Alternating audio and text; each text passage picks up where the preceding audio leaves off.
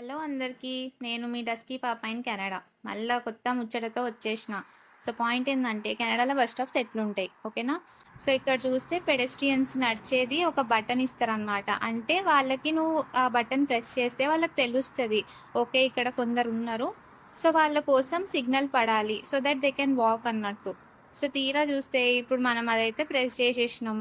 ఇక్కడైతే red colour stop చూపిస్తుంది. మరి అది ఎప్పుడు వస్తదా అని వెయిట్ చేయాలి. చూడండి ఇప్పుడేమో పెడెస్ట్రియన్ వాక్ చేసే సింబల్ పడింది. అంటే ఇప్పుడు మనం ఫ్రీగా వెళ్ళొచ్చు అని అర్థం.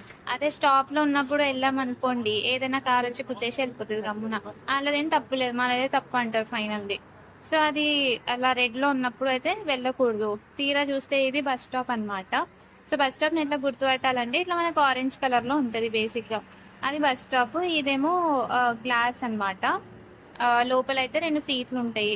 అది ఖాళీగా ఉన్నట్టే కూర్చోవాలి లేకపోతే నిలబడాలి అంతే.